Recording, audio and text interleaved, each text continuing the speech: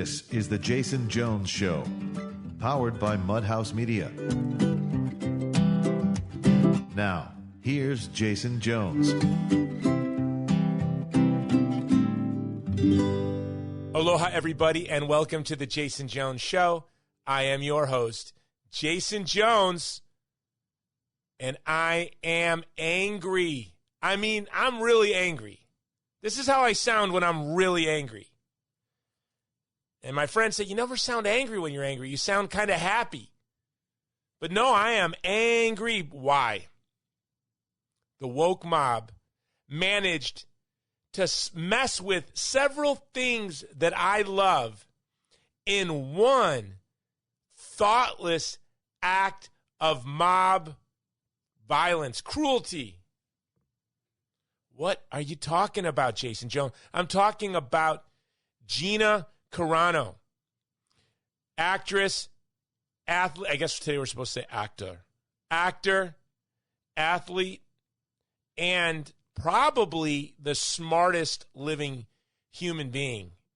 And let me get to that. But now, what are you talking about, Jason? Let me tell you what I love. Some of the things that are part of my daily life that are the bright, shining parts of my day. Number one is Muay Thai kickboxing. Now, I know a lot of people don't know what that is, which is always shocking to me because I'm like, you know what tennis is, right?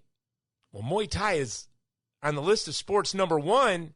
Tennis is probably 23. Google Muay Thai kickboxing, just the best sport in the world, and I do it every day almost. Every day I can. 4, 5, 6 days a week. It's my hobby. And it's my favorite sport, and I love it. Well, Gina Carano is a champion kickboxer. Absolutely amazing. She was an amazing athlete. She is an amazing athlete. MMA fighter, Muay Thai kickboxer. Okay? So they canceled Gina for saying something that was true, and it was like Hannah Arendt haiku. So she says something that's true and beautiful, and she fits it into like Twitter. It was so true that, of course, the mob had to destroy her. And she is a kickboxer, and she is also on one of my favorite programs, The Mandalorian, something I love to watch with my children.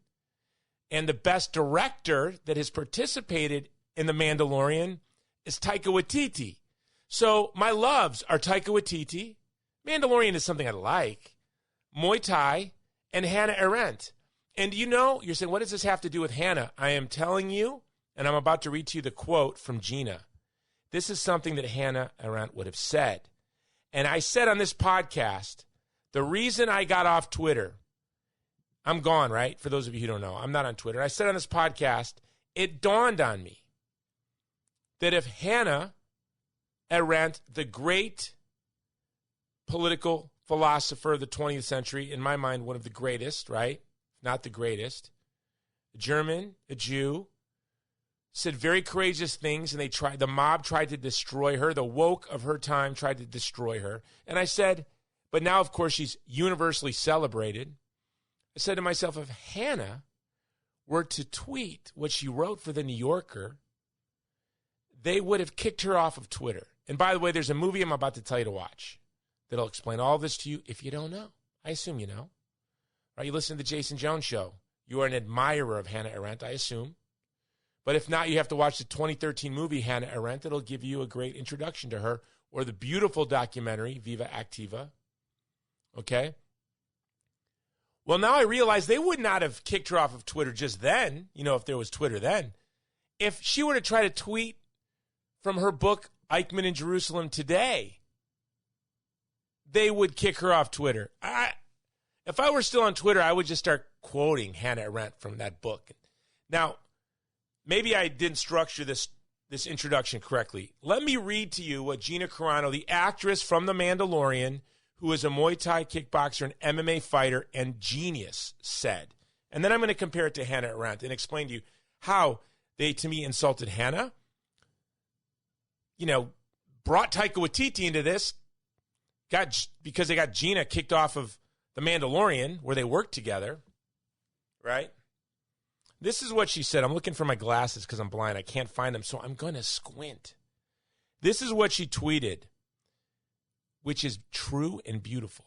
She said this, quote, Jews were beaten in the streets, not by Nazi soldiers, but by their neighbors, even by children. Because history is edited, most people today don't realize that. To get to the point where Nazi soldiers could easily round up thousands of Jews, the government first made their own neighbors hate them simply for being Jews. How is that any different from hating someone for their political views? So what Gina Carano said, and this set off a firestorm, hashtag fire Gina Carano.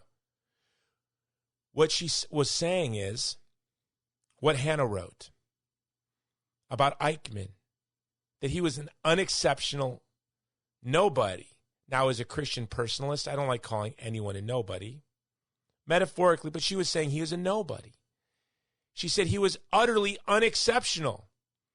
What was so shocking about the crimes committed by Eichmann and so many others in the Holocaust is that they were nobodies, small, thoughtless. They gave up the right to think, that abandoned their own personhood.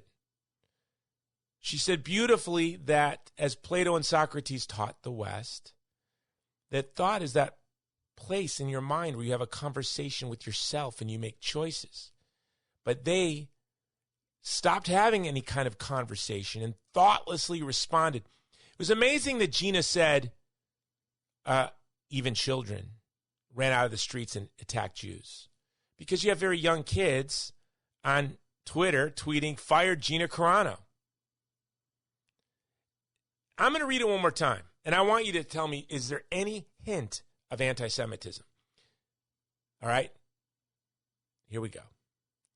Jews were beaten in the streets, not by Nazi soldiers, but by their neighbors, even by children. Because history is edited, most people today don't realize that to get to the point where Nazi soldiers could easily round up thousands of Jews, the government first had to make their own neighbors hate them simply for being Jews. So she got doxxed and destroyed for that, which is really haiku. It's like Eichmann in Jerusalem boiled down to a tweet. The banality of evil.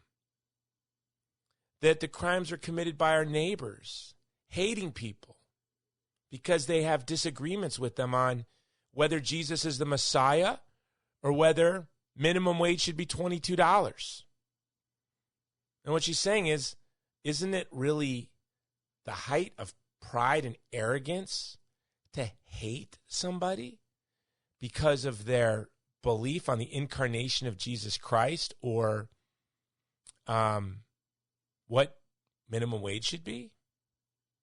What border policy should be? Whether or not No, these are prudential decisions that I assume all of our neighbors, I really do assume all of my neighbors, regardless of what signs they have in their yard in October on even number years, wants what is best for the common good. That is my assumption, and I would be right 99.999% of the time. So Gina says something beautiful. She's destroyed by it. So this is a special podcast today.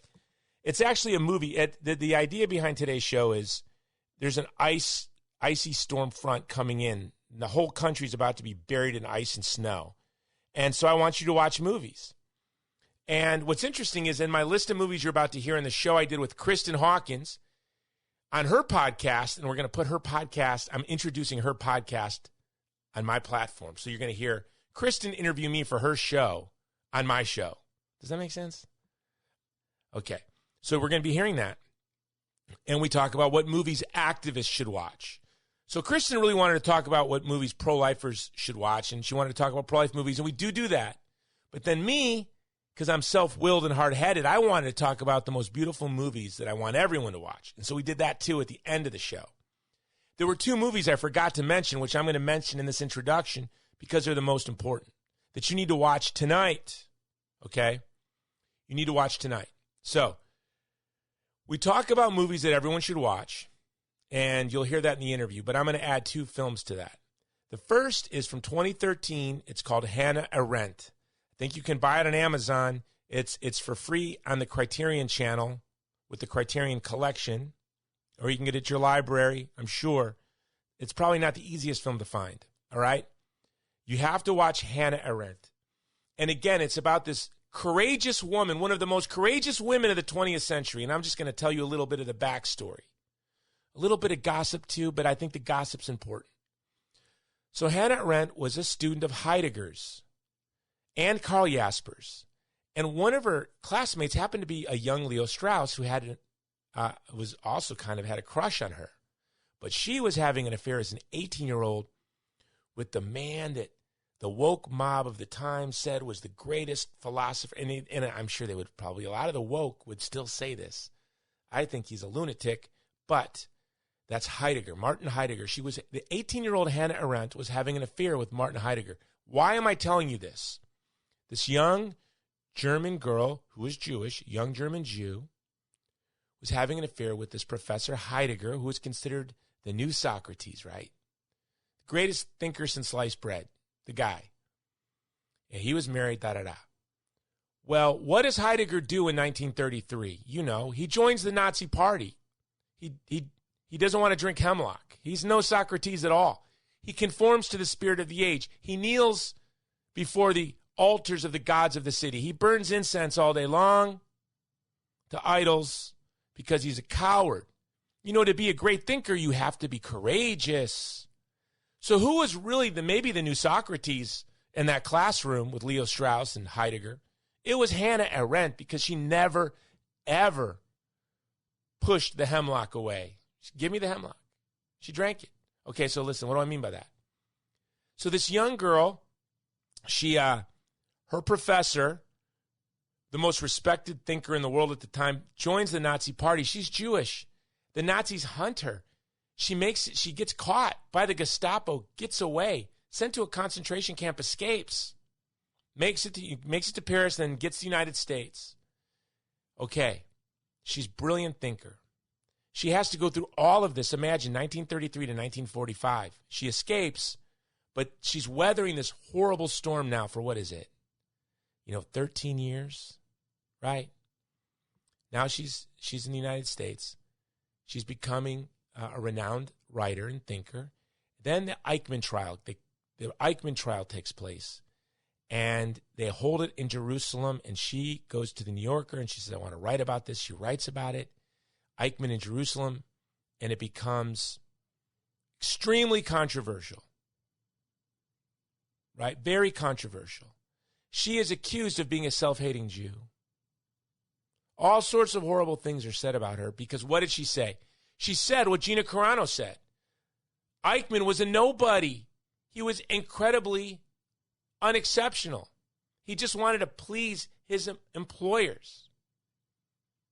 That he really was not an anti-Semite. He didn't hold to Jew hatred.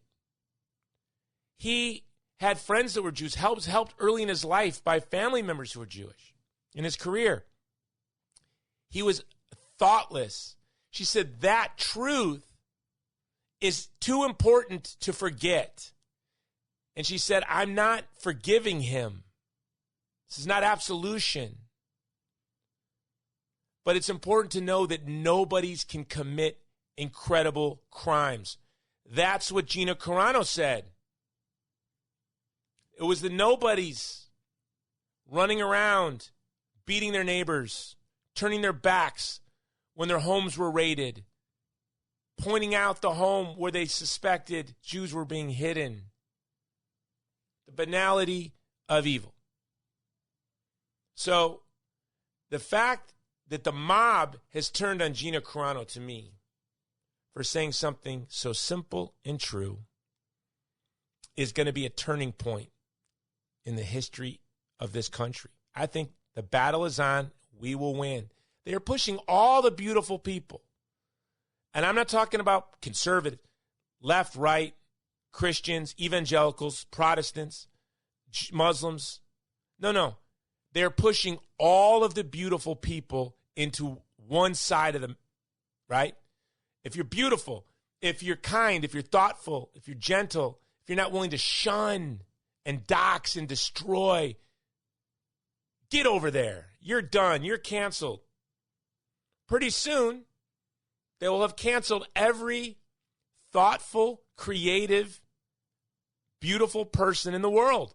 We'll all be on one side. And then there'll be the homogenized lunatics, the thoughtless, banal monsters, all on the other side.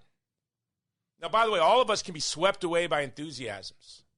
And that's what the Jason Jones Show shirts that we haven't even started selling yet because it's cold. They're tank tops. We're waiting. And it says, our mission is to be in solidarity with the vulnerable. You have to be vulnerable. So in the back of the Jason Jones shirt, it says, be vulnerable. I founded this show to advance the interests of stateless, ethnic, and religious minorities, the vulnerable communities here in America, right? The child in the womb. I never thought I would have to defend superstar athlete actors from the culture of shunning. So that's something all of us need to be thoughtful of. We are never going to shun anyone. And then when someone's being shunned, we do not count the cost. We stand with them. It's like we don't count the cost to stand with the child in the womb. We don't count the cost to stand with the Uyghur. We don't count the cost to stand with a celebrity in Hollywood who's being shunned, or our neighbor who's being shunned, or a classmate. If we see somebody being shunned, that's our new best friend. All right, that's all. So that's my rant. Now I'm going to introduce the show. It's going to be a cold weekend. Ice and snow. There's a 100-car pileup in Texas right now. I just saw on the news. 100-car pileup. Do not go on the road. What you're going to do is you're going to do a movie marathon. You're going to watch the films that Kristan and I talk about. Cyrano, Ridicule, Taika Waititi. You're going to do a Taika Waititi movie. You're going to watch Jojo Rabbit. I pray that Taika Waititi comes out in support of Gina Carano, because his film, Jojo Rabbit, is really an anthem for freedom. It's like the opposite of illiberalism. It pokes the cancel culture in the eye, really. It stands up to the spirit of the age.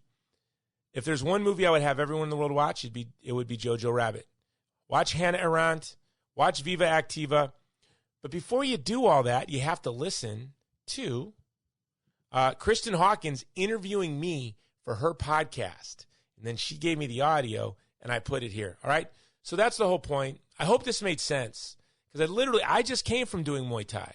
I was packing my bag, putting my boxing gloves in, my shin pads, my wraps, and I saw the news that they're canceling Gina Carano. They kicked her off Mandalorian, that people are canceling their Disney subscriptions. And I think this ball is going to bounce very good in the long run for Gina, right? But I hope this made sense. This episode is being brought to you by Movie to Movement, creating a culture of life, love, and beauty through the power of film. Our new movie, Divided Hearts of America, is streaming everywhere. And speaking of cancel culture, this episode is also being brought to you by My Pillow. And I've been using it now for several months. I'm not even going to get into all the reasons why I think we should support My Pillow right now. They're obvious. You know that. But that's an act of charity. And we're not asking for an act of charity. We're saying you should get the best pillow in the world, which is the My Pillow pillow. But that's just the start. You can wash it. It doesn't get hot. It holds its shape. Made in America. But then the Giza Dream sheets are amazing. Could you imagine having the mattress topper? This is how my family is going to do our movie marathon. We're going to put the mattress topper in the TV room.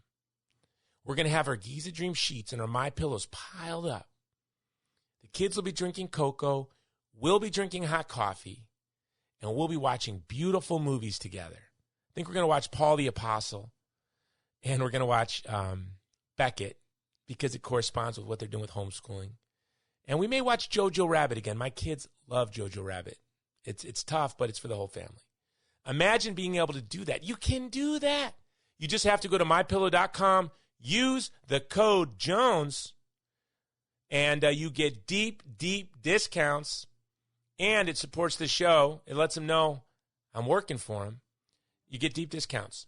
All right, so here is Kristan Hawkins, president of Students for Life of America, interviewing me on movies. So I really hope you listen to the whole show, and but more importantly, I hope you watch all of these films. All right? Here we go. Jason Jones Show.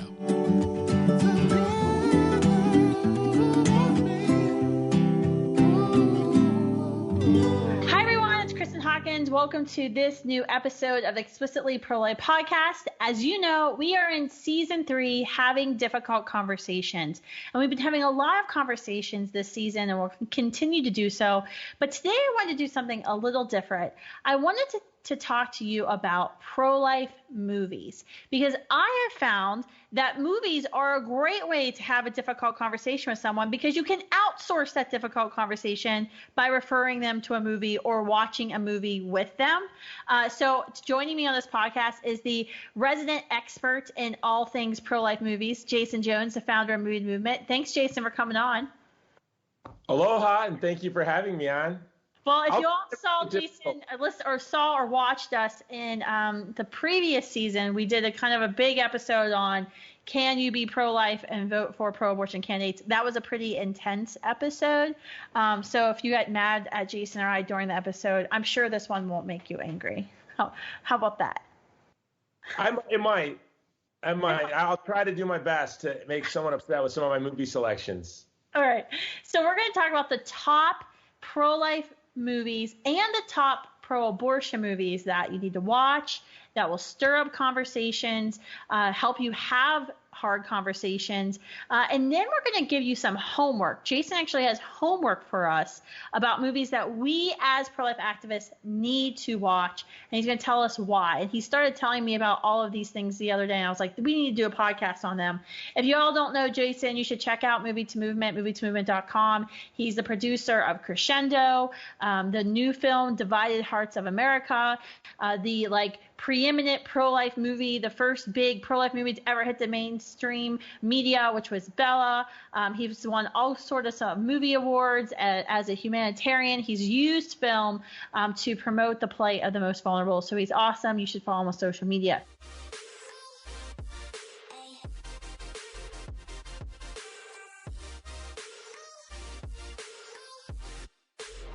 All right, let's go into this.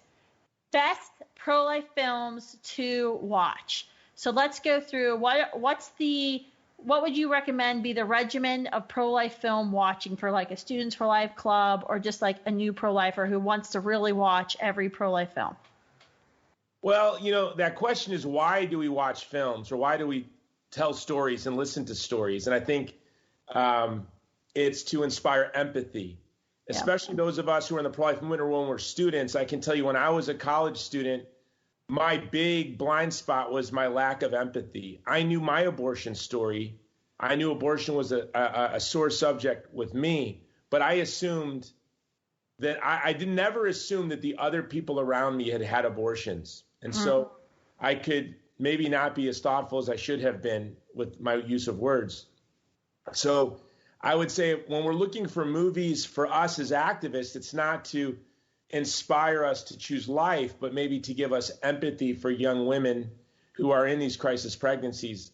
And so then I would have to shamelessly say that Bella is the very first movie that every pro-lifer should watch, because Alejandro Monteverdi, our writer-director, did such a good job of allowing Nina, Tammy Blanchard's character, Nina, to share and experience with her, as somebody who was involved in 3 teen pregnancies, it did a good job of helping to capture sort of the fear and the loneliness and the despair that young women and young men, what happens to us when we find ourselves in an unexpected teen pregnancy. So Bella is where I would start.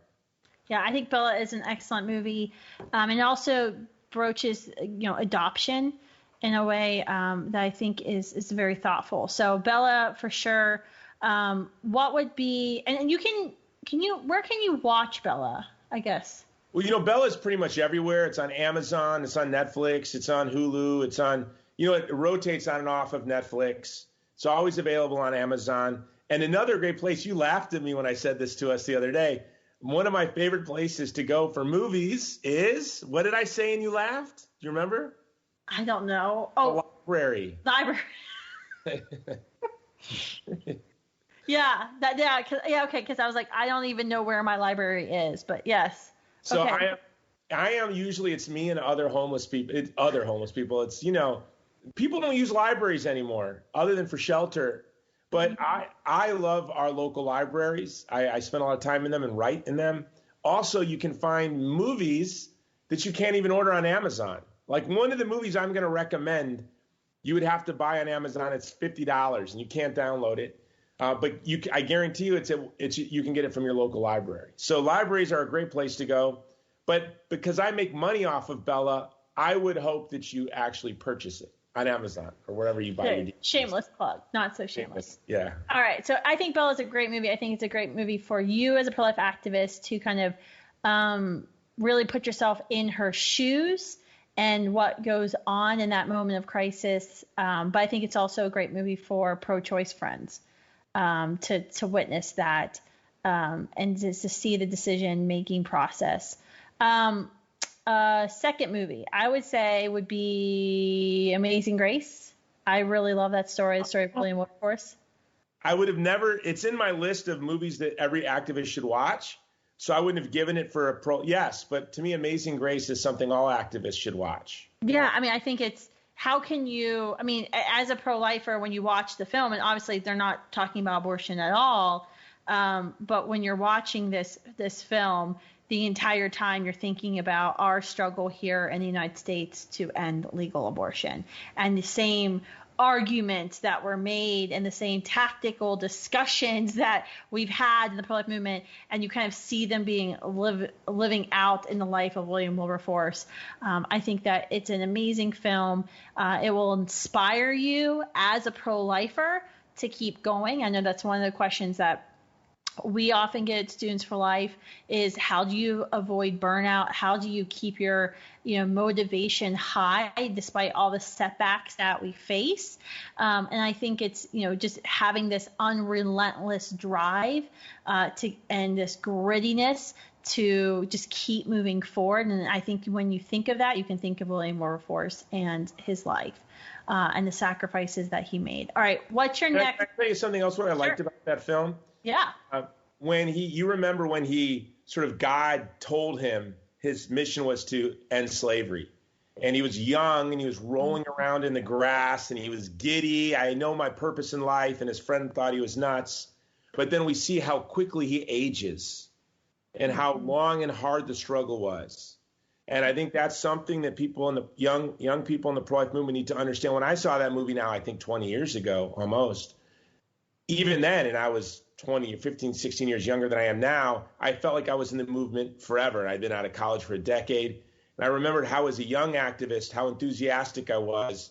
And when I saw that scene and how the film ends, I remember thinking, this is going to be a long, hard struggle, and I will be diminished in the struggle. Something else I loved about that film was the diversity of the abolitionists. You had the Jacobin that always smelled of booze, who was kind of an angry pessimist.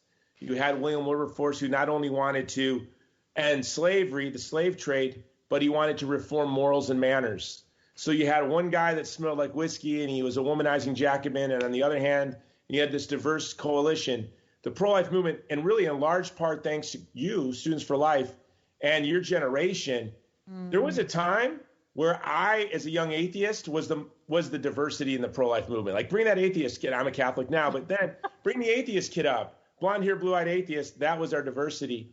But sort of with the millennials and Gen Z and social media, we see now this flowering diversity of all sorts of folks with all sorts of ideas and cultures, but that are committed to protecting the child in the womb from violence. And that can cause trouble, right? There's conflicts, or there can be. That's you see all of that in Amazing Grace. You do.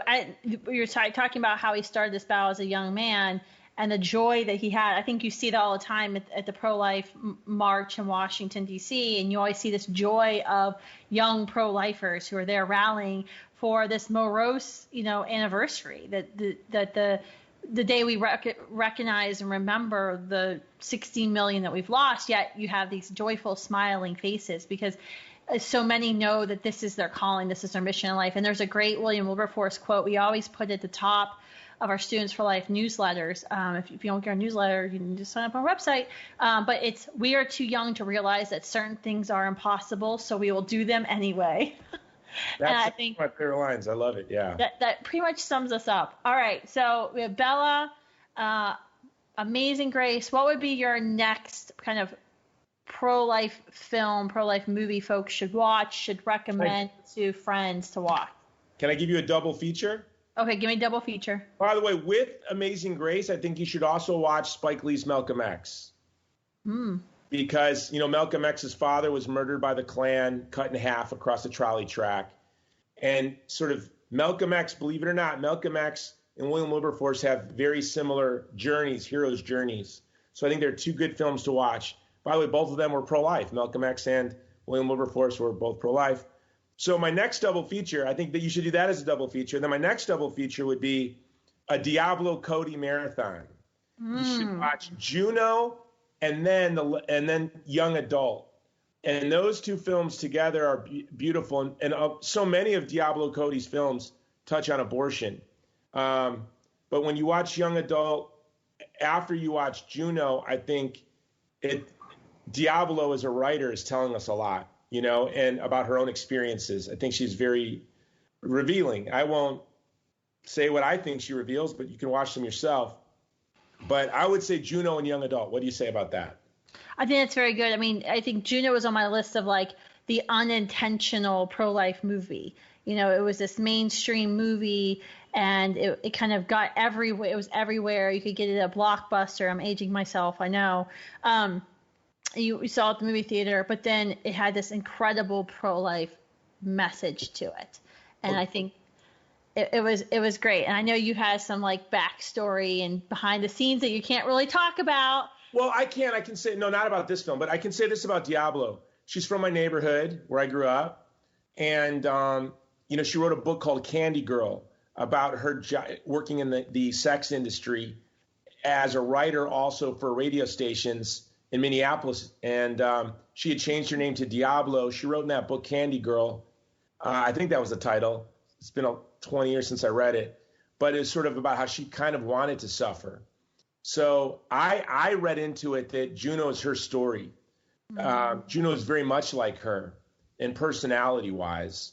And except she didn't choose life. That's what I'm taking from that.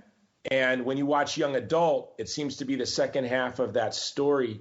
But what's so beautiful about Young Adult is I think Leo Strauss in his book, which everyone should read, Persecution in the Art of Writing, especially in the age of mass censorship, Leo Strauss writes on how we can dissemble or how we can speak between the lines. And Diablo, there's that powerful scene where Juno's walking into the abortion clinic and the young girl who has perfect English except for when she writes her sign. And which to me was Diablo being clever, trying to throw off the studios.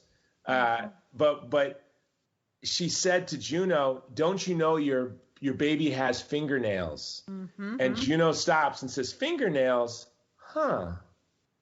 And to me, that was an example of speaking between the lines. And then, of course, Juno chooses life. But there's so many examples of that in Juno. I think the writer Diablo Cody is speaking through the lines. Another example would be in her movie Young Adult, which is about. Have you seen Young Adult? Nope. Oh, you've got to see Young Adult. It's about a young adult fiction writer who is from Minneapolis, or she's from a small Minnesota town, but to her small town friends, she's now the big city girl because she lives in the Minneapolis, the little New York, Minneapolis. And she gets a fax, I think, of all things, from her high school college sweetheart that he's having a baby shower with his wife. So she goes back to her small town with the idea she's going to win him back after like 20 years. And at this party, at the climax of the party, she says, "We were in love. This should have been mine. I could have had this first." Then she spills sangria across her womb. And so this red sangria is dripping down, and she says, because I got pregnant. And then there's 3 beats. Beat, beat, beat. I had a miscarriage. Now, I believe that she probably originally wrote abortion. And her manager, agent, or the producer like, no, you can't say that. So what Diablo did, which was so clever, is she put in those 3 beats. Now, this is where it gets weird. You're going to think, Jason, are you remembering this right? Yes, because I saw it at the theater 3 times. When you heard in the space of those 3 beats, when she said, I had a what? What do you think a young unmarried college student when she said, but I had a what? In those 3 beats, everyone in the world, abortion went in their mind. What they did is they edited out the beats for the DVD VOD release. Interesting. Unbelievable that you can't even dissemble a pro-life message with the studios. So, but Diablo outsmarted them. So I believe that she's very pro-life. And so many of her in her TV and movies, there's so many messages celebrating the dignity of the child in the womb, and also the pain that abortion inflicts on women. Yeah, I have never watched it. I'm definitely going to check it out now. And this would be good for you if you're leading a Students for Life group or have a local Right to Life group. You could actually make these like Zoom movie nights where you can, I think on Zoom I know some of our Students for Life groups have been kind of have shared movie nights where someone shares their screen, watches it, and you guys can be having a conversation while the movie's going on if you're still in like COVID restrictive mode where you are. I think that's a great idea. What about some other pro-life films? We talked about some double features, Amazing Grace, Malcolm X, Juno, Young Adult, which I have to go check out now, and I need to write this down before I forget. What about another movie that you've made that's a short film? Well, Crescendo, I think, is the most beautiful short film ever made. And again, we made Crescendo to be a pillar to the dignity of the child in the womb and to the struggles of mothers in those difficult positions, that we wanted to transcend culture and time. And it's free on YouTube, and we also allow any and all groups to license it at no cost. If you need something for your university, we can send you something saying you're licensed to show it.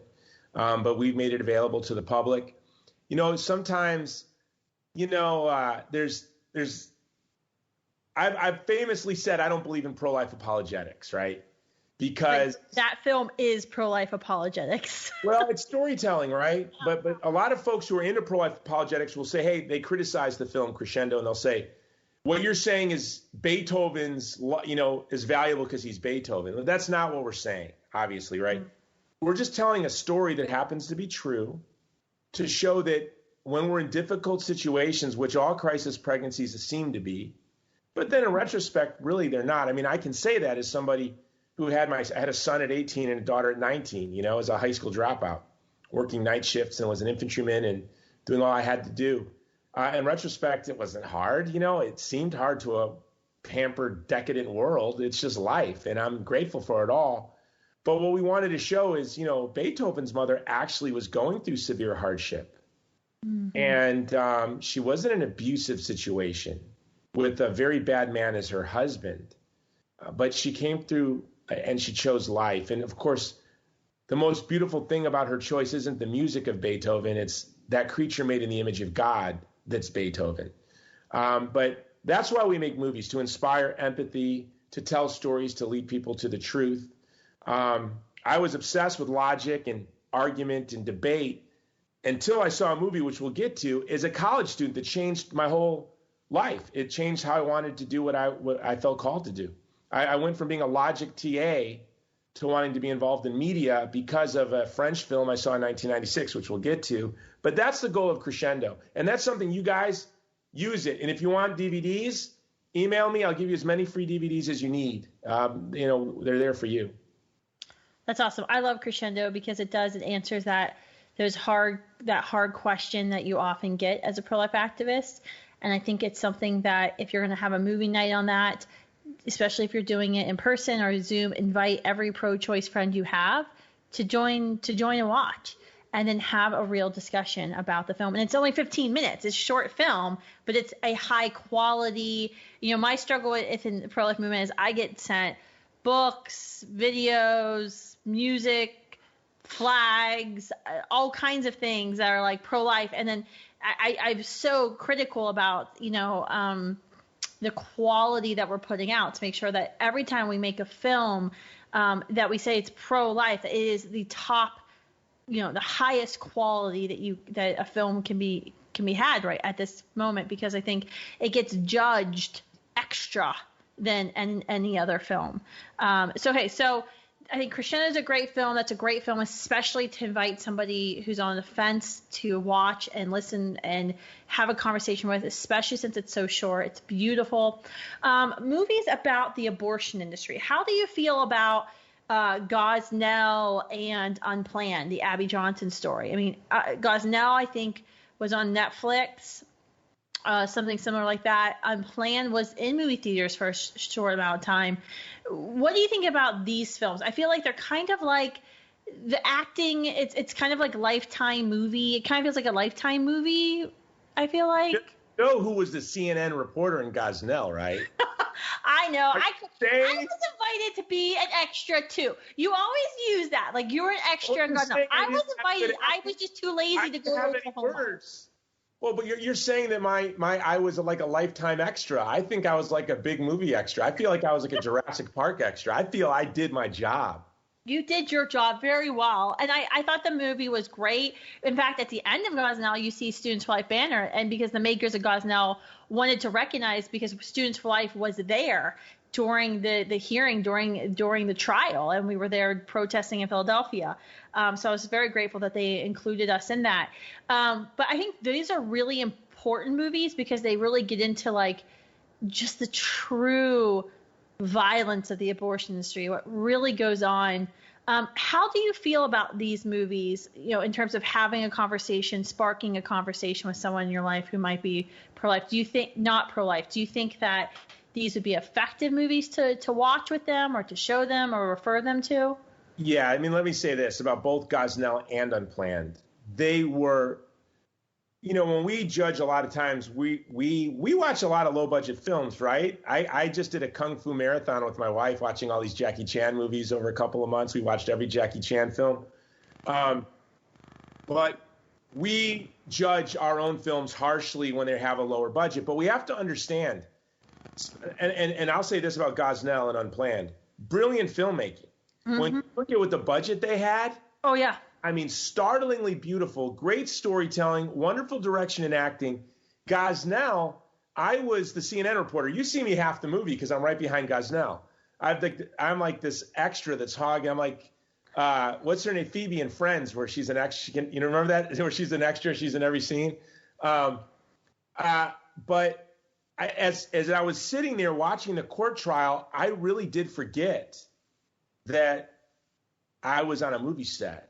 And as the nurse was testifying, I began to cry. And I'm thinking, CNN reporters don't cry. I'm the worst extra ever.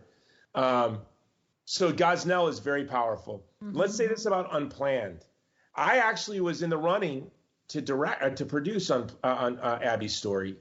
And when Chuck and Carrie got the funds together and went to Abby, I encouraged Abby to go with them because a bird in the hand is worth two in the bush, I think as the saying goes.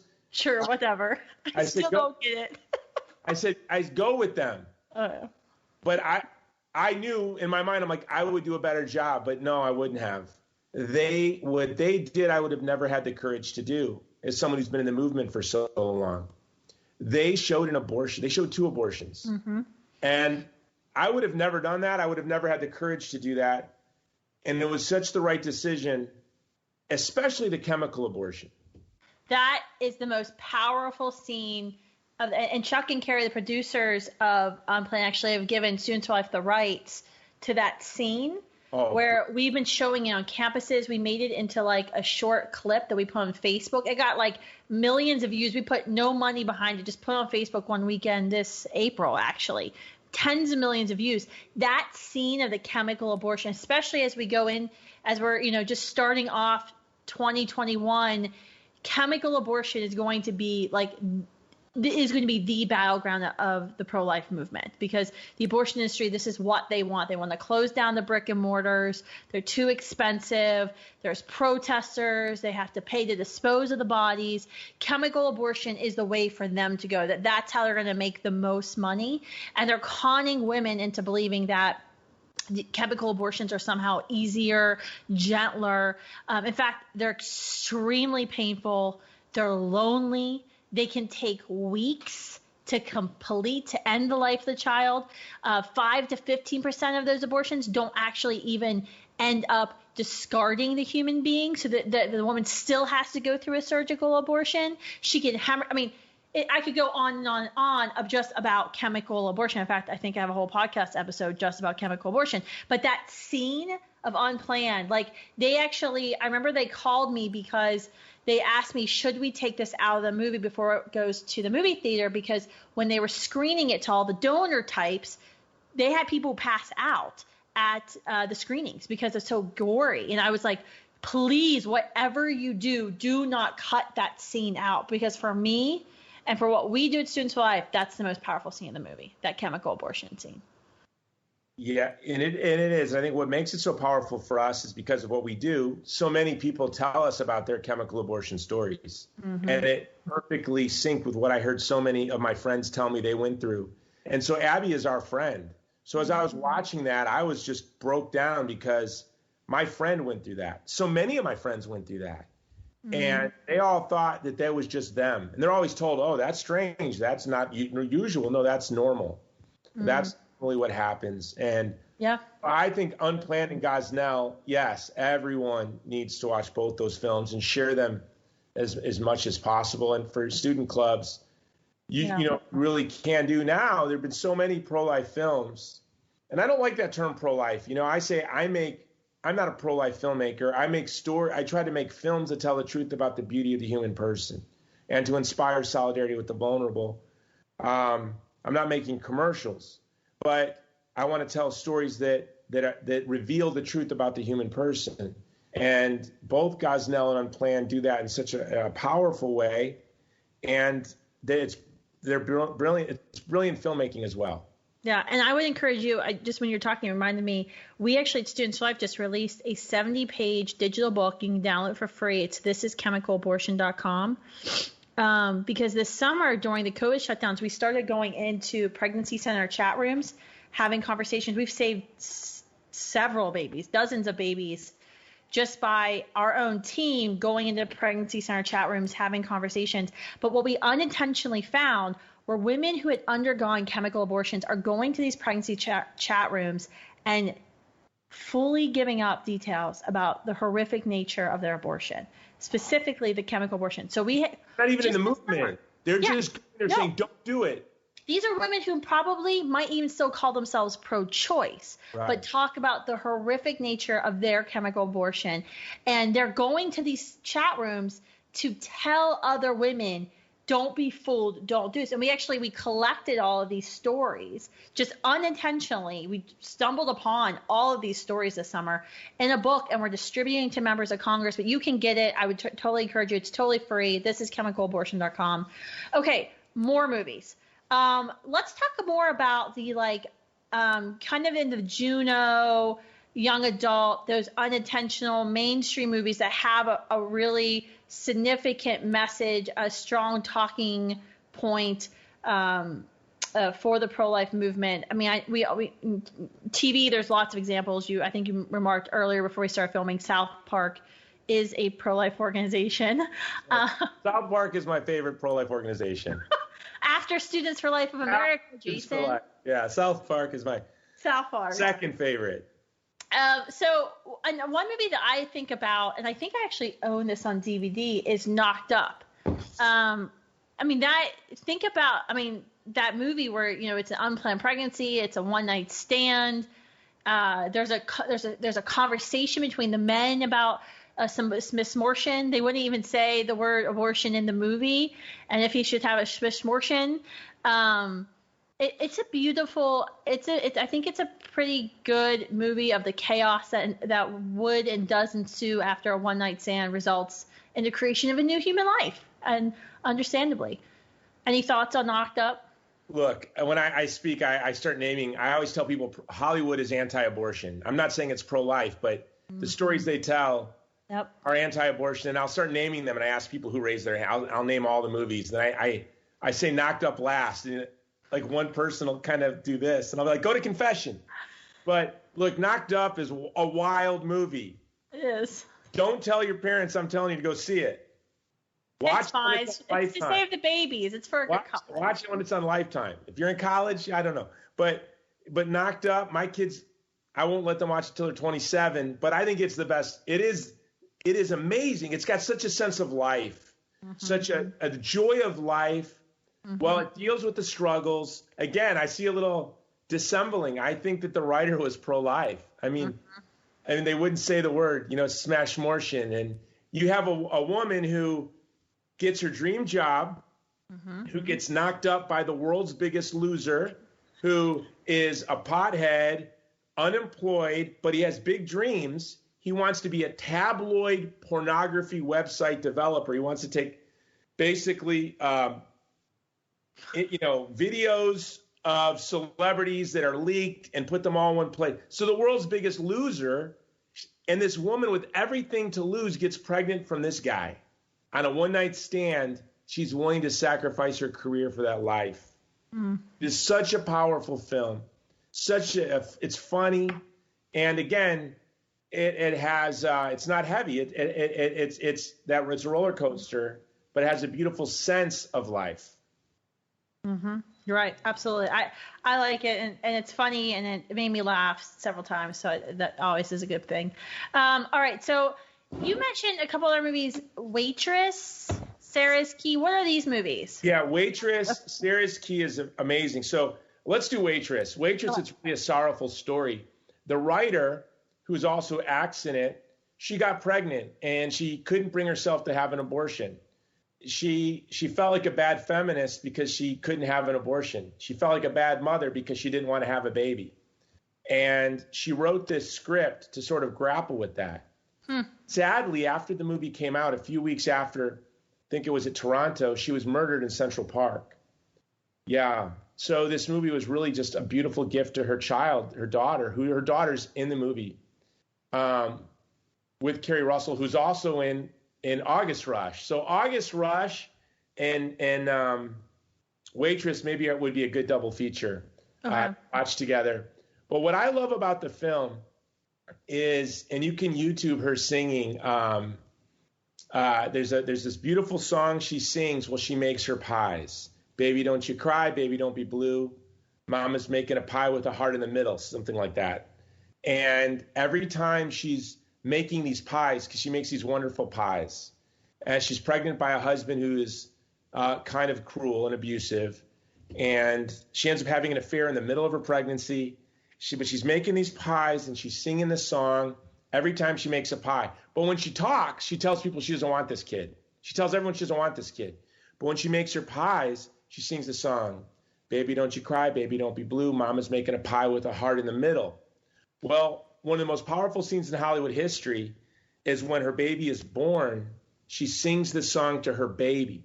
You realize she was never singing that song to her pies. She was pregnant. She was singing to the child in her womb. The way she looks at her child, as I can tell you when I was a teen parent and I cut my son's umbilical cord, it captures it perfectly. And she's telling everyone she doesn't want this kid, but when she holds this kid, she says, oh my God. Oh my God. Then she sings the song, baby, don't you cry, baby, don't be blue. And each of her pies is unlike any other pie she ever made. So it's sort of like a parable of the human person, is each and every human being is unique and has an incomparable dignity. Again, there's a lot of hair in the soup. This is not Christian movie review time. This is a film from the world that tells the truth. written by a woman struggling with what did it mean to be a feminist, what did it mean to be pro-abortion, what did it mean to be pregnant, and all these things she was grappling with. It came out so powerfully in this film Waitress, which I believe was on Broadway prior to the shutdown as well.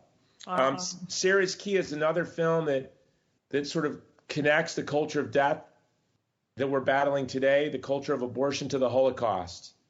Again, you call unintentionally pro-life. It's a film that tells a story, and the story reveals really the sorrow and horror of the culture of death and how intimately it is connected to the ideologies of evil that ravaged the 20th century.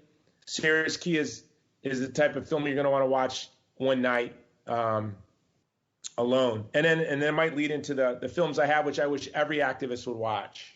All right, okay, a couple more pro-life films, or unintentionally pro-life films. One that I saw was our team recommended was A Quiet Place, the eyeless monster movie, the horror movie with John Krasinski from The Office. Mm-hmm. Because this is, what you can't make any noise. If you make noise, you'll be eaten alive. Yet, in spite of this, they decide to have a baby, and that's the one. A baby obviously is going to make noise, and that's the one thing that you can't do. And so I've never watched it because I was too afraid to watch it. Okay. But it sounds like an unintentional pro-life movie. What about August Rush? You mentioned that as part of a double feature with Waitress? Yes. So August Rush is sort of a fairy tale. It seems to be like a fairy tale of post-abortion healing. Mm-hmm. Carrie Russell gets pregnant as a young girl. She's a musician, and she is forced to have an abortion. But it's sort of this fantasy sequence that she does have a child out there, and that the man is still out there, and that they all find each other. So it's sort of like the loss that everyone involved in an abortion sort of grapples with. Mm. How could you unravel? How could you hit the rewind button? How could everything be right again? So to me, August Rush, written by a friend of mine's, I need to get a hold of the writer because I have a good friend who went to school with the writer. But I'm thinking when you watch it, this writer knew what he was doing, and what he wanted to write was a film that would be edifying to people who were suffering from the sorrow of abortion. Mm-hmm. It just seems that's what it does so well, that it's so brilliant and beautifully written. August Rush, anyone who's post-abortive, I think, can watch it. But yeah, it's a very beautiful, very unique film, unlike anything you've ever seen. All right, and that also has Carrie Russell in it? Yeah. Mm-hmm. Okay, so double feature for your club. All right, before we get to the homework, let's go over some pro-abortion movies that are obviously made with the intention to promote abortion, which is interesting because there was an article after Knocked Up came out. There were several articles that came out in Hollywood criticizing Hollywood for being too pro-life. I remember reading this one article of why can't we make abortion funny? Like that was literally like the crux of the article, that the abortion industry was angry that Hollywood wasn't making funny abortion movies, which is why there was a big write-up this summer in the Washington Post, like Style. It was like one of the Sunday editions of this director of the Planned Parenthood, like Hollywood Center. And so Planned Parenthood now has like a full-time team of people who are there in Hollywood. They work with Shonda Rhimes, all those people who put abortion in their shows to make sure they're being medically accurate, the language that they're using to describe abortions. But their whole goal at Planned Parenthood, this kind of movies institute they have, is to impact Hollywood and to get Hollywood to talk more about abortion, to try to normalize abortion, because Hollywood recognize that Hollywood for so long has been doing really unintentional or intentional pro-life filmmaking. So I think their first one was, from recent memory, was Obvious Child. I always sometimes call it Oblivious Child, but it was like supposed to be like this abortion rom-com, they called it, for this woman, Jenny Slate. She was on SNL. She's like a comedian. She has a one-night stand, and she ends up having like an abortion. And it's weird. Like, it's weird because the acting is it's Lifetime movie quality, but it was, it was supposed to be mainstream movie, but it was like this weird like commercial for Planned Parenthood, like in the middle. Like it didn't even look right how they kind of cut in Planned Parenthood into this movie. So I'm sure Planned Parenthood funded a lot of the movie. What other movies can you think about how to have like a very obvious Cider Rules? Oh, yep, Cider House Rules. Yep. It was an intentional propaganda film, but again, it's so gross. And here's the reality: stories ring true or false. If for the abortion industry trolls watching your show, I'm going to give you some advice. Don't try to make pro-abortion movies because you can't. They'll never ring true. That's right. For them to ring true, they have to be sorrowful. All the movies on abortion that come out of Hollywood, so many of them that they call pro-life, were probably written by people trying to advocate for abortion. But in their own heart, when they write their own story, it will ring true. It will ring pro-life. Mm-hmm. So the only way to even me as a filmmaker, I don't want to make propaganda. We can never change a story to fit our ideology, right? In Crescendo, we didn't make Beethoven's dad. He didn't come home and say, honey, here's flowers. He called her an ugly slut, an ugly whore. And Bella, Nina didn't, have a bed of roses. She had a very sorrowful, hard life. Mm-hmm. So when you watch it, it rings true, and you want to tell the truth.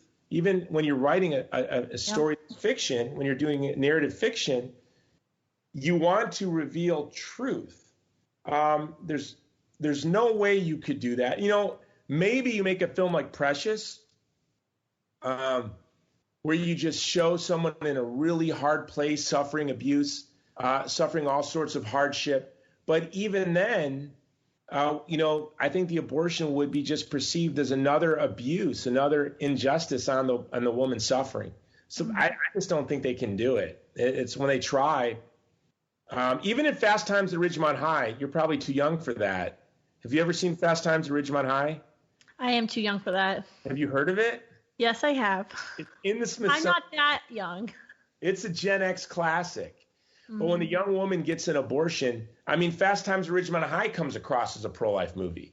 Yeah, because she goes, the guy that gets her pregnant, who's much older, asks how much the abortion is. And she goes, it's $600 at the free clinic. This is the early 80s. And he goes, $600 doesn't sound free to me. So it's already hinting at that the abortion industry is it's about money. Abusing women. Yeah. There were two movies that came out recently. There was that Unpregnant movie that HBO put out of two teenage girls. I think they're in like Missouri. The one's pregnant and they travel to like New Mexico for like a late term abortion. There was a movie, I think it was on the main stream. I don't know if it was on the screen or not, because like if it's not like a Disney movie that my kids are into, I wouldn't know. But it was Never, Rarely, Sometimes, Always. Okay. And a girl goes to a pregnancy center. They basically, make fun of the pregnancy center for misleading her, and then she ends up having to travel from like rural PA to New York to get an abortion because she's a minor. And that was a mainstream film. I remember getting some media requests for that. So I haven't seen either one of those films. Have you seen those films yet? Oh, I will make it. I didn't even hear of the last one. So there's your homework. Yeah. So you need to watch the abortion movie that I think about when I think about intentional movies to kind of promote abortion or abortion culture is Dirty Dancing, which is one of my favorite movies of all time. There, I'm all going to get all the hate mail comes. Dancing, Patrick Swayze. But yeah. Some of the students here probably who are listening, I have a very diverse audience for this podcast. So we have Students for Life leaders, we have supporters. So there's actually some generational divides. Yeah. But if you're in high school, you might have never heard it. But it is a really good movie, except for the abortion. But. Well, I had a friend that was in a new remake of that who didn't want to do it because she was the character that had the abortion. And she asked me what I thought. And she actually was in the press saying that her pro-life friend talked her into doing it because she wasn't going to do it. And I said, let's do it. Just show the transformation of the character. Mm-hmm. We're not denying abortions happen. Mm-hmm. I think Dirty Dancing comes from an era where abortions were bat mitzvahs, that we were told they're a coming of age ritual. When I was, right. that it's a grain of sand and a teaspoon of blood. And I think so Dirty Dancing comes from that era of naivete where most people probably really believed that abortion was a relatively simple procedure and there was no harm done to the woman physically or psychologically. So you're never going to get something that innocent again. I would say that, there's another powerful movie that talks about abortion from the same time, which was Officer and a Gentleman. That's right. Okay. Remember, she gets pregnant, and again, it comes from that kind of innocent period. He goes, "Why don't you tell her to get an abortion?" She can't. She won't. She's Catholic. Yeah. Also, The Godfather. So abortion pops up in a lot of films. In the 70s and 80s, there was more of a naivete and an innocence to it. But now we see it represented more accurately because I think the writers themselves have had abortions. And I think that's why for us, like watching this Never, Maybe, Sometimes, Always, I want to watch it. I have to imagine whoever was motivated to produce that and to write that was impacted by abortion. Like they can't say they weren't. Why are they writing it? Because abortion impacted them. And they weren't pre-Roe. They weren't impacted because they had to have a quote unquote kid. No, they were impacted because of their experience having an abortion.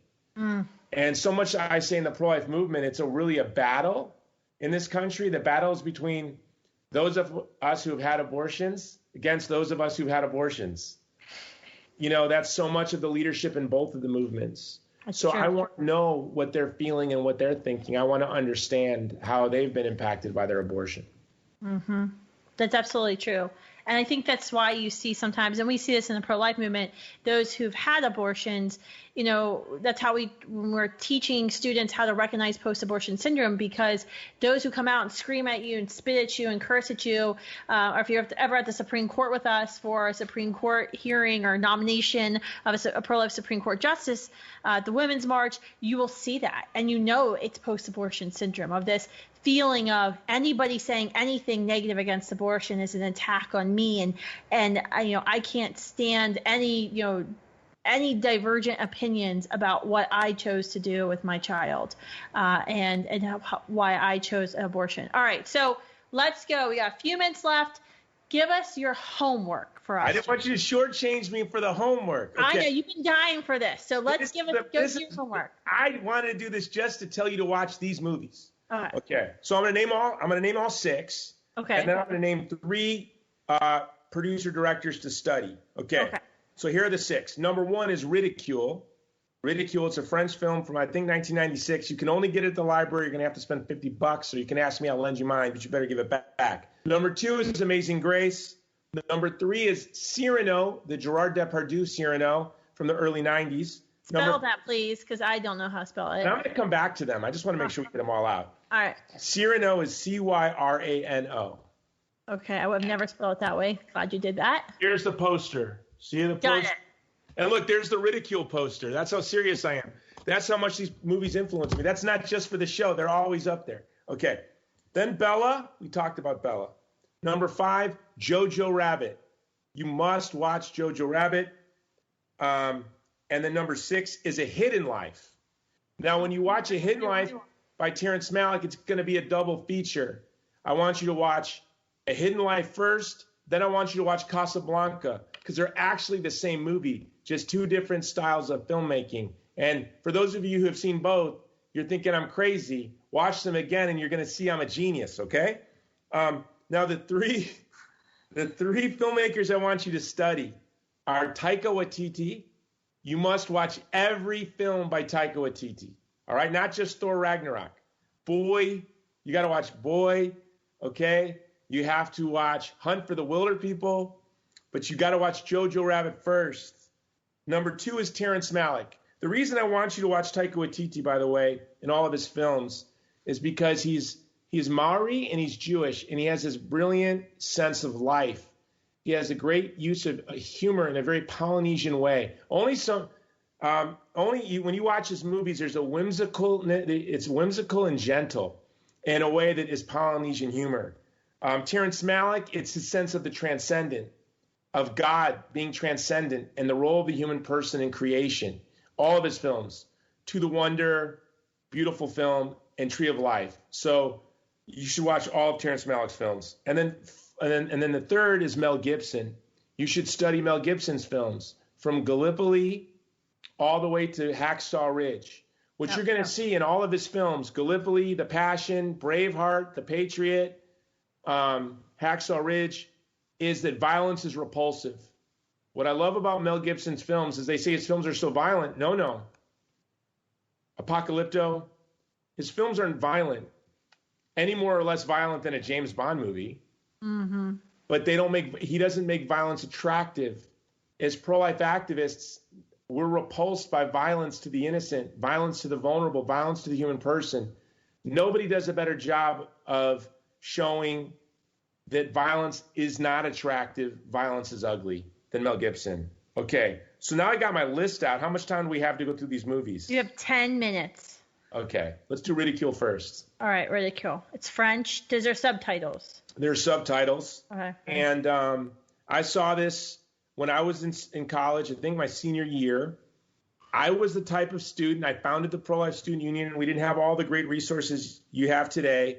Sort of out there on my own in Hawaii, writing letters and begging pro-life groups to send me stuff. And they would get mad at me because you just asked last month. And I'm like, yeah, I gave it all away. Those were different times. And I was the type of person that everyone I met, I would try to argue with about abortion using logic and debate and apologetics. I was a TA, a logic TA, and I would, but then I saw this film Ridicule. And it was about a young nobleman in France leading up to the French Revolution who was also an engineer who had developed a way to drain his swamps because his peasants were dying of malaria. And he goes to Versailles with his plans. That's how I was. I had all these plans. I'm going to tell everyone, this is how I'm going to end abortion. I'm going to do this, then this, then that. Here are my plans. And their eyes would glaze over. That's what this nobleman did. He goes to Versailles with his plans. His eyes glaze over. He gives up on getting the money because he realizes it's just about partying and relationships. And if you see on the poster, it says, wit is the ultimate weapon. Can you see the poster? Mm-hmm. Wit is the ultimate weapon. So he goes back home and his favorite peasant boy dies. So he goes back to Versailles, resolved to get the money by playing the game, by doing what he needed to do to get the money, not by laying out his grand scheme and how he was going to drain swamps and all of this technology he had developed as an engineer. He was going to befriend people. And I remember I saw this film and it was just like a light bulb went off and I said, okay, I wouldn't have used this term at the time, but a Catholic expression would be the apostolate of friendship. That I'm going to build relationships and use those relationships and leverage those relationships to defend the vulnerable from violence. Not that I would go so far as using people as a means to an end, but that people were the end. And building authentic relationships with folks that agree with you or don't agree with you. Along the way, play the game. I have to oftentimes be out till 6 o'clock in the morning, schmoozing people, whether I'm in Washington, D.C. or Hollywood. I'm building relationships, investing in friendships. But that's how I do my mission. And I think it's something very important for those of us who are activists to learn. So that's why I love Ridicule. I think every young activist should watch it. Some of the things that you think are inhibiting you from your pro-life work, like tennis, or you're on the football team or whatever, are actually where you do the pro-life work. Wow. Right? Your tennis team, your football team, your band, whatever little tribes you belong to. This morning, first thing in the morning, I went to the boxing gym. Trust me, every young man in a boxing gym that trains with me is going to be pro-life in 8 weeks. I never bring it up. They follow me on social media. They'll watch my interviews. They'll start reading articles, and they start messaging me. Time after time after time, this happens. And so it's through relationships. That's how we influence. And so I think that's why I love the movie Ridicule. All right, you sold me. I wrote it down. I'm going to watch it. What about number 2? Look bored. Okay. Number 2. No, you told me. I wrote it down. It's on my to-do list. I've added to my to-do list. Is Amazing Grace. I would do a double. I said Malcolm X is a double feature with that. Also, maybe The Searchers with John Wayne. The Searchers. What I love about The Searchers with John Wayne. Heard of it.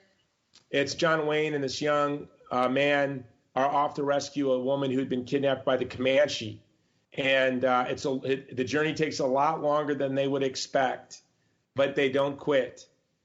You know, we're around a lot of folks, Kristan, that I pejoratively call tourists.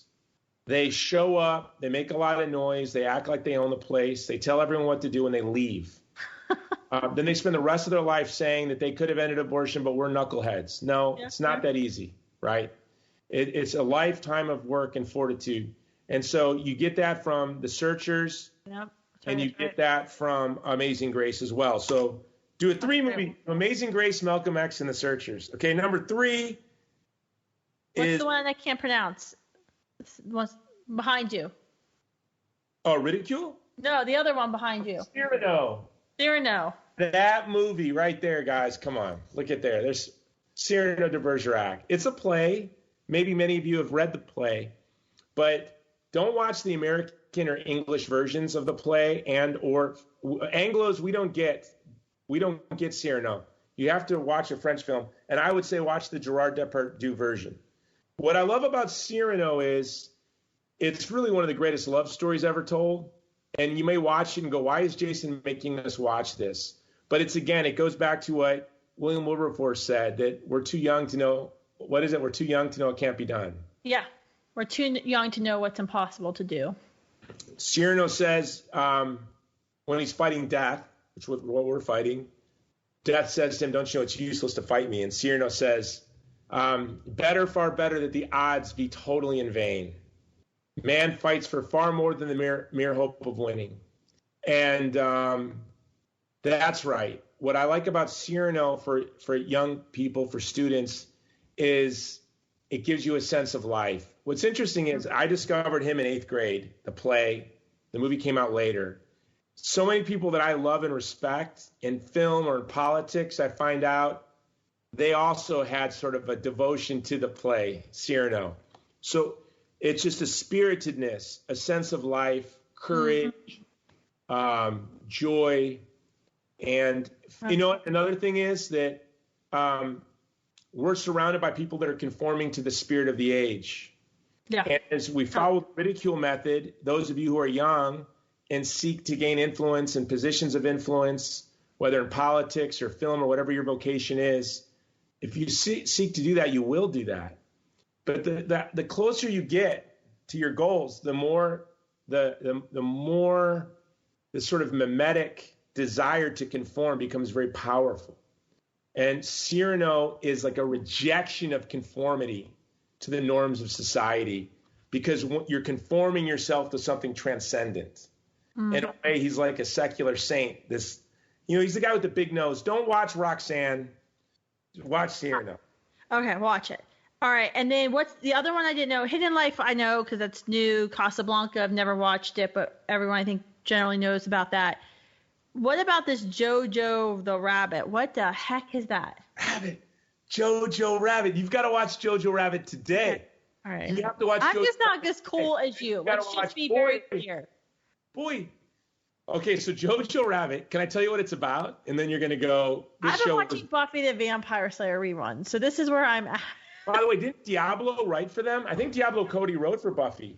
That would make sense. I mean, it's very much like a teen angst thing. And I think there's a pro-life episode she wrote for Buffy, but I could be wrong. Okay, so Jojo Rabbit. First of all, let me set the stage. It was written by Taika Waititi, who's Jewish and Maori. It's about a little boy who is in the Hitler Youth, and he wants to be the very best Nazi he can be. And his imaginary friend is Adolf Hitler, played by Taika Waititi. So you're like, why are you telling us to watch this film? It sounds crazy. This film is so beautiful because what Taika does is he makes a young boy who's in the Hitler Youth a hero, and a sympathetic hero. A young boy that's been seduced by the ideology of his age. It's a brutal ideology. But you look into this boy's heart, and he actually got criticized for making this film. It's unbelievable. You should Google around. I looked at some of the reviews. In this age of cancel culture, and for those of us who are pro-life as well, why I think it's important is ideologies of evil are very powerful. People we love all around us conform, right? They conform to these ideologies of evil that are dehumanizing. It doesn't mean they're bad people. It just means it's really hard not to conform to the spirit of the age. And so that's one reason to watch this film. The other reason is he has such a memory for what it is to be a child. And it's very whimsical. It's very kind. It's very serious. There's a scene in there. It's one of the hardest scenes to watch in Hollywood history. A very, very painful scene. It's just such a beautiful film. But then in the midst of it all is a celebration of freedom. That freedom will never be extinguished. That the human spirit can never be crushed. And even in the midst of this tyranny, one of the icons of freedom in the film is the Hitler Youth teacher, who is really rebelling against the regime in his own way. It's a very clever film. And again, I would watch all of Taika's films. I would watch Jojo Rabbit, then I would watch Boy, then I would watch Hunt for the Wilder People. But really, Jojo Rabbit is up there with my favorite films. And again, it's with A Hidden Life. Now, A Hidden Life, you need to drink coffee, watch it at 10 a.m. It's a Terrence Malick film. But it's about a young Austrian farmer, married, children, who refuses to say a loyalty oath to Hitler after the Germans annexed Austria. Even though his bishop, it's a true story. The hero of the film, Franz Jägerstätter, is now a blessed in the Catholic Church on his way to canonization. But he refused to say the loyalty oath. My wife refuses to watch it because she knows with my work, and I'm doing a project in Yemen right now and other parts of the world, that she doesn't like it that I travel to. I really want her to watch it because his wife is very supportive of him up until the point he dies. But again, it's another film that all of us are constantly being drawn to conform to the spirit of the age. And this is about A Hidden Life is about this hero. Let me tell you my favorite scene. There's an artist that's touching up the icons in the church. And Franz is talking to the artist, and he says, he's admiring his work. And the artist says, really, we want to make saints through our work, but at the end of the day, all we make is admirers of saints. One day, I would like to make a work of art that inspires others to become saints. I believe this was Terrence Malick sort of confessing that his films, in a way, are icons, that he would hope that he too could be like Franz to stand up to such an evil to this point. So it's sort of, I believe, Terrence Malick is breaking the wall, talking directly to us in a way. It's the writer is talking to us, or revealing a secret to us that all of us have, right? That we all hope that in the face of death or danger, that we would still maintain our convictions. So A Hidden Life is awesome. And again, watch it with Casablanca, because Rick, in many ways, is like Franz. He owns he owns a bar, Rick's Cafe, and little casino there in Casablanca.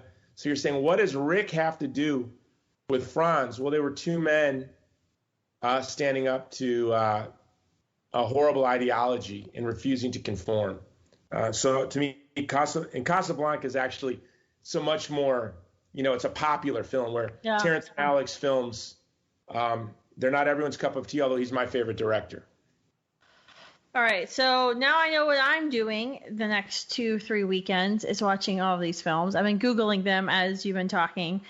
This is a great list of homework. Thank you, Jason, for coming on today. And I hope this conversation that we've had on today's podcast has been helpful for you and kind of picking out some movies that your Students for Life group or your Right to Life group can watch, have discussions, invite some of those folks on the fence, some people maybe you've been having conversations with who wouldn't normally come to a pro-life group meeting, who will join you, that will open up that dialogue that you need, kind of break through and use the power of storytelling, of filmmaking, of personal experience, and real life emotion to really start to challenge some of your friends or family members' beliefs on abortion.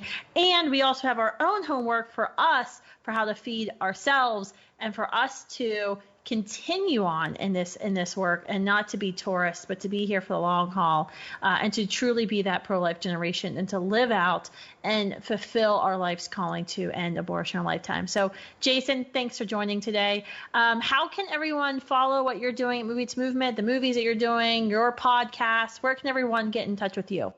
Yeah, well, you go to movieToMovement.com. You can see our new movie, Divided Hearts of America, starring Benjamin Watson. It is a beautiful, powerful documentary that is the secret that can unite America right now. So go to movieToMovement.com for that. And my podcast is The Jason Jones Show, wherever you listen to podcasts. Your show's so popular, you have a corporate sponsor now. You have somebody. Go to MyPillow.com, get your Christmas presents, use the code Jones for pillows, mattress toppers. Yeah, we have corporate sponsors lining up. We're picking and choosing. Your podcast is just kicking my podcast ass, apparently, because I don't have any corporate sponsors. You know what you should use? You should do My Pillow spots and use the code Jones. Just tell people the code Jones. Yeah, there you go. I'll get right on it. Thanks for joining me today, and thanks for guys tuning in. Make sure you hit subscribe if you haven't subscribed yet. I don't know why you haven't, and spread the word about the Explicitly Pro-Life podcast. See you next week. Bye.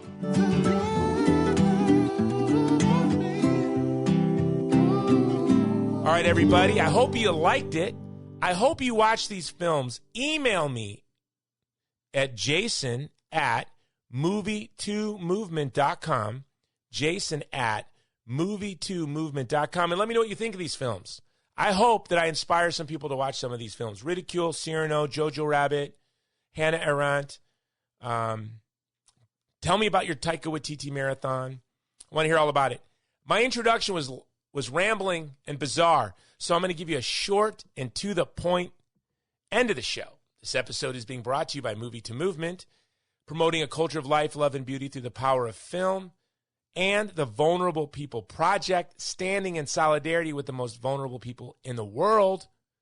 We don't back down. We're not taking the hemlock. We're going to knock the hemlock out of your hand. Go to thegreatcampaign.org. Become a monthly donor. $20 or more, you get a free copy of my book with John Zmirak, The Race to Save Our Century.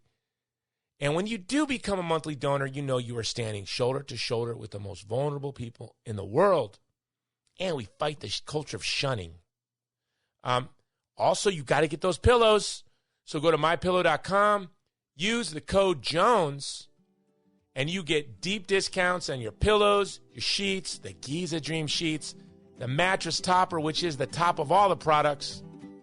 For me, anyway. All right, so go do that. Until next time, it's the Jason Jones Show. This has been the Jason Jones Show, powered by Mudhouse Media.